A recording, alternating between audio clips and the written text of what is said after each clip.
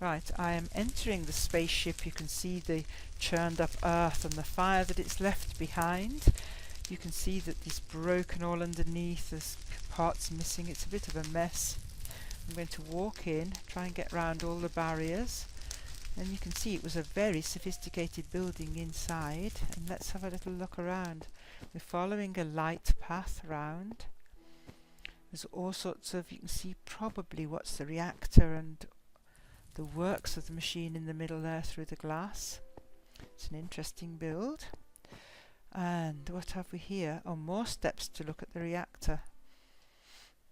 Ah, treasure chests. I wonder if there's anything in the treasure chests. Of course, there might well be captain's logs. I'm not going to look now. I'm going to let the students come and look in those.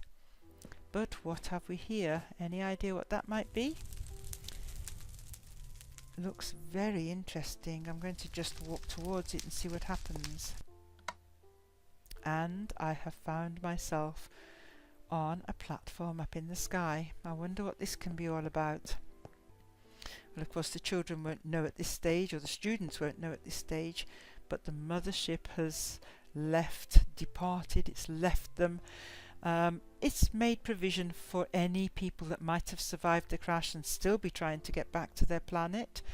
And so if I step on this platform, I am immediately teleported to a survival area. We've definitely got some lights. We can see there's a sort of glass panel. It looks like there's a shelter there, and it looks like there's somebody in the shelter. Wow, let's go and have a quick look down into this area, and I can see this is somebody that's been left behind. And I walk up to him and he says, "Gee, I'm glad to see you." Now I've got my user interface off, so you can't actually see that, but never mind, you can come and have a look anytime you like. So there's a crafting table, there are some lights, there are some walkways, there's a path system. You can see there's a whole basic structure here. There's lights to light the way through this dark tunnel.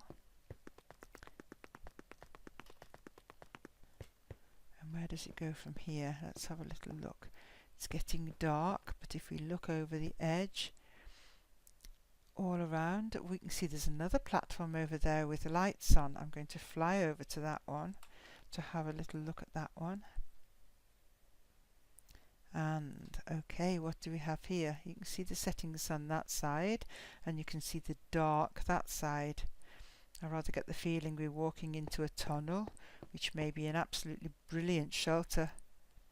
Place to build a shelter. We've got, I can see a frozen river down there. We've got trees in the distance. I can see trees on the hills. I can see 2 or 3 lakes of water down there, even though it's getting impossibly dark to see anything. And I'll go back to where the lights are leading us to our landing point. So this is where the survivors are expected to make a shelter, grow crops, find the minerals, ores and everything else, water, everything they need to live to survive until the mothership finally can get back and pick them up. So this is the end of the quest, and obviously even if the children don't get this far, they will have completed smaller quests. So there's no sense of failure. There are sort of 3 levels of quest, and the children will have a completed unit on every level.